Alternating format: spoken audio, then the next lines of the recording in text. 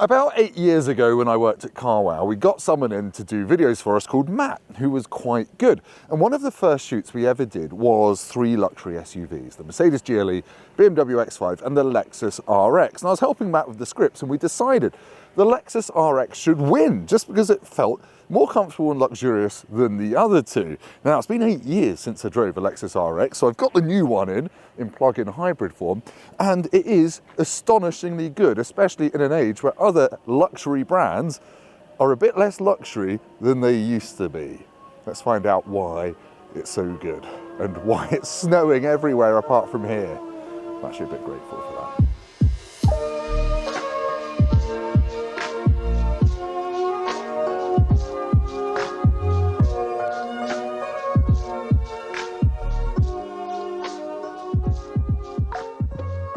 Fast forward 8 years, I no longer work at CarWow, I no longer have hair, but I've got a majestic beard and the 5th generation Lexus RX, and I've lived with it for a week and I've done 500 miles in it, and it's really got under my skin and actually blown me away for reasons that we'll get onto in a bit. But just to explain the engine lineup very quickly, there are 2 self-charging hybrids now, the 350h and the 500h. They both use 2.5 litre engines. That engine is turbocharged in the 500h, and then there's this plug-in hybrid 450h. Now, that also uses the 2.5 litre engine, but obviously it's got a bigger battery than the self-charger, so it can do up to 42 miles on electric range alone, but it can actually only do about 33. Now, this costs from £62,000, which is what a top spec one cost back in 2018, so it has inflated a little bit like everything else. Now, a plug-in hybrid starts from £64,000 if you want one of those. It's quite a lot of numbers, and there's going to be more numbers, but I'll try and make them quick. Don't know, does that mean quick? That means small mango. Now, obviously, this isn't an entry-level version, it's a press car. This is a mid-spec F-Sport design model, and it costs £70,000. Now, the trim levels, if you care, they go something like Premium, which is entry-level, weirdly, Premium Plus, F-Sport Design, then F-Sport Takumi, and Takumi. The top spec one, that Takumi, is £76,000. The only real option, though, that you can add to these is a sunroof for nearly £2,000. But anyway, let's talk about the looks, because I think this is a much more handsome car than the previous generation with its massive spindle grille. I like this. It's got LED headlights on all models. You get adaptive LEDs on F Sport and upwards. This has actually just got the basic LED headlights on this, but they are absolutely fine. This color is amazing as well. It's called Azure Blue, and I have to applaud Lexus because all of their colour options are only 250 quid. And there's a rose gold version, or Sonic Copper, if you're being a colour nerd. Yeah, I do like it a lot. I also like the wheels. This, being an F-Sport design, is a bit meaner looking than the rest of the range. And it's got these 21-inch wheels, which are this lovely kind of smoked chrome colour that I've not seen since the E39 M5 from BMW. So well done. And I'm sorry, Lexus, it's absolutely filthy. The RX's cabin is one of the best in any car you can buy at the moment, for a couple of good reasons. The leather just feels nicer than almost anyone else's leather. This one has got a 2-tone, they call it sepia, but it's brown and black, which I really like. And there are some interesting options on the configurator. There's some kind of other browns, some sand colours and things like that. And it just feels so sumptuous when you're sitting in here. And these are really comfortable seats, which are ventilated and heated in this F-Sport design model. Now, I used to like Lexus's, but I used to hate their infotainment systems. Do you remember? They used to have those little controllers down here, like a computer mouse or trackpad, and you use that to control the touchscreen. Now it is just a touchscreen. It is 14 inches, it's got wireless CarPlay. If you want Android Auto, you've got to plug in, which is a bit of a shame. And all the climate controls are on there as well, which is another shame, but you have got these knobs for temperature, and you've got shortcuts for the window demisters and things like that. So it's okay, it's actually quite nice to use, and it dims at night quite nicely and doesn't get on your nerves, and you can set up shortcuts for things like the speed limit warning bong. In an RX, you get a 12-speaker sound system, a standard, which is actually really, really, really good. It's one of the best standard sound systems I've ever heard. You can upgrade it to a Mark Levinson system, though, with 21 speakers, and I imagine that is just like an audio orgasm. They usually sound really good. Yeah, digital dashboard, that's on all models. You get HUD on everything except the entry-level model, and that HUD is actually really good. Sorry, head-up display. Also, you've got a wireless charger down there, a standard, with USB-A, USB-Cs, 3 USB-Cs, cup holders, and this quite cool center console thing, which can open from this side or this side. I like that. And it's also got a reasonably big glove box as well. So it's just a lovely cabin. I've dropped my phone. Let's go and have a look at the rest of it. Backseat space in the RX is really quite good. I'm 6'3", loads of knee room, that's my driving position, loads of headroom as well, and foot room is just about okay. That seat is as low as it will go, but also you've got batteries under the floor and bits like that. Actually, I think they might be under the boot floor. Anyway, scratch that. You've got big door bins, lots of soft leather back here as well, USB-Cs and climate control back here as well. I think 3-zone climate is standard on all of them. It is just super comfortable. Also, the seat backs, this has always been the case in the RX, are leant back really nicely, so you can just get, I could just fall asleep back here. It's also easy to get child seats in as well because that door opens nice and wide and the ISOFIX points are just exposed. The only slightly weird thing is, like up front, the door handles are actually just buttons, so you've got to teach your kids to press those, and obviously you can pull them twice as a physical mechanical release in case the electrics don't work. Tesla. Around the side, there's some clever visual trickery to convince you that it's a smaller car than it actually is. And it is big, it's 4.9 meters long, about the same as a BMW X5 or Mercedes GLE. But this is strictly a 5-seater. There's no 7-seater option on this car. But I love this swooping line. It looks aquatic. It looks like it's been formed under the sea in Ponyo or other Studio Ghibli films. But I really like it. It is heavy though. It's kind of 2 tons, 2.2 tons, depending on which one you pick. But as we'll find out, you don't really notice it when you drive it. It doesn't crash over bumps despite being on big wheels. Now, if you do get an F Sport model or a Takumi model, you can get adaptive dampers so you can soften off the suspension or stiffen up as you wish. And those F Sport models also get rear wheel steer, which I wish was an option lower down the range because this is quite a big car to parallel park and that would help on these lower models. But hey, you pays your monies, you takes your choices. And I'm not going to stop whinging on about this paint. It is really, really rich and deep. It's a shame it is very grey today, but yeah, Lexus does paint work very well. The stylish Japaneseness continues around the back with this light bar and this very neat Lexus lettering here.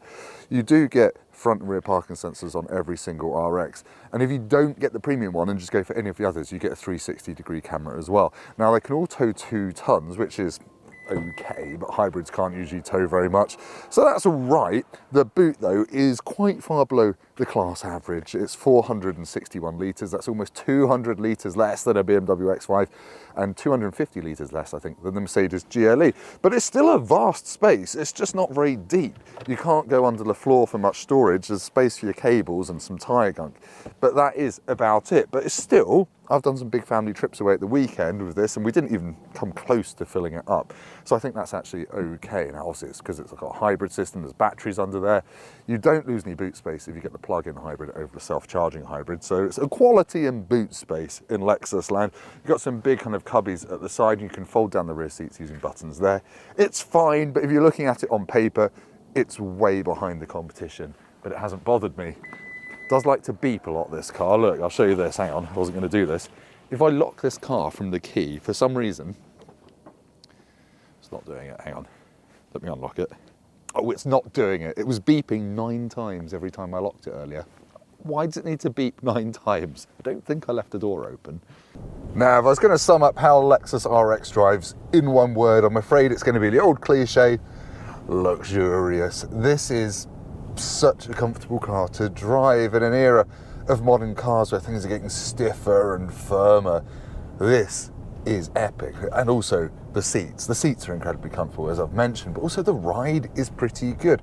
In this F Sport design, I don't have the adaptive dampers that change between driving modes, but even so, I've done big motorway miles in this and it just irons out most of the bumps. Like when you've got big compressions, yes, you sense the weight of it and the weight of the battery, but around town, over potholes and things like that, it is superbly comfortable and it's just easy to drive as well. The view out is all right. You've got a bit of a blind spot in the back corners, but I can't remember the last time I didn't whinge about that, to be honest.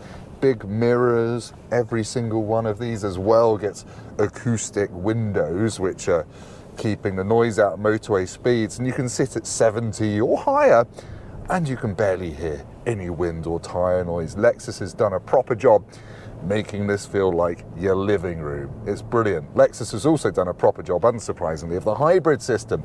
They've been doing hybrids for longer than I've not had hair, and it just works really well. This plug-in system you're only really going to get about 33 miles on a charge. But even when the battery's completely depleted, and I've been that bad person that's done this, I've done loads of miles with a flat battery, I still get 38.5 mpg, which I don't think is too bad for a petrol engine pulling around a 2-ton car.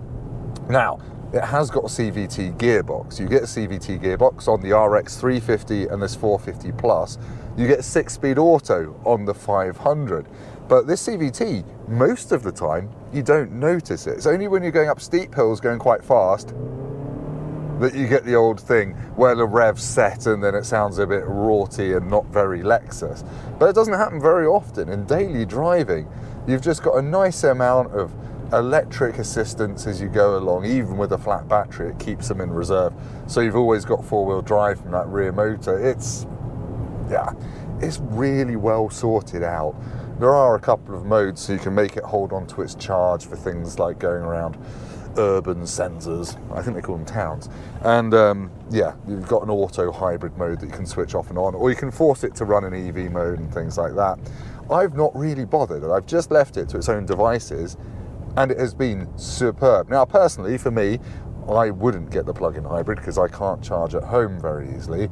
I would just get the 350, the normal hybrid. But man, what a car. It's just so relaxing. The heated steering wheel and the heated seats have got an automatic setting that just seems to work out what it needs to do so you don't get too hot and you don't get too cold on a snowy, wintry morning. I like it. It's just very relaxing. Now, it isn't a sports car. It's not a sports car. Performance in a straight line is pretty good. I've got 310 horsepower. 0 to 60 is about 6.5 seconds in this. So it accelerates well with a bit of CVT noise when you do boot it. In the corners, it does roll a little bit, but it's not too bad.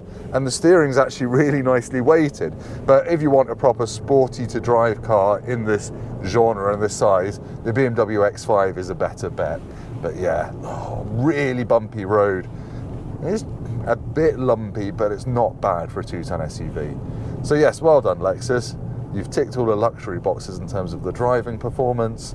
The PHEV works well enough, although its rivals have now got bigger ranges on electric alone. But yeah, let's head back to me for a conclusion of this very impressive underdog. I'm going to go in front of you. Thank you. Oh, I should point out the annoyances of this car. There haven't really been many.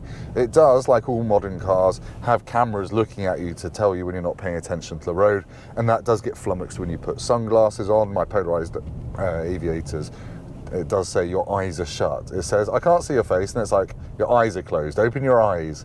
And that does make me worry that it's going to think I've died and pull over automatically inside the road or something. So that's annoying. You can turn the lane keep assist off with one button here, and you can turn the speed limit warning bong off with 2 presses if you set it up as a shortcut on there. So it's not very annoying to live with either. Brilliant. It is brilliant. Right, I'm going to stop hiding in the back of that to get away from the rain to give you my conclusion. And I'm going to start by saying the Lexus RX, if you get a top spec one, the RX 500h, it's quite expensive at 77 grand, but you can find year-old ones with barely any miles on for 20 grand less, which makes it a bargain on the used market. But however you buy it, you're getting a car that's truly luxurious to drive and be driven in. And it's one of those vanishingly rare modern cars that still feels premium inside. People like Mercedes and BMW just seem to be cheaping out left, right and centre. Lexus hasn't done that, and obviously it's a Lexus as well, so it will go on forever and be reliable. Now, the only real negative is the competition in the plug-in hybrid market. I drove the X5 PHEV earlier this year and it blew me away. It's a similar price to this, but it's got a 6-cylinder petrol engine of 400 horsepower, and if you're after a driver's plug-in hybrid, I'd go for the X5, but otherwise, for everyone else who wants to be comfortable and cosseted, this is a real underdog. This is the car I would still pick over the X5 and the Mercedes GLE, and probably the Range Rover Sport as well. So yeah, well done Lexus, it's a bloody good car.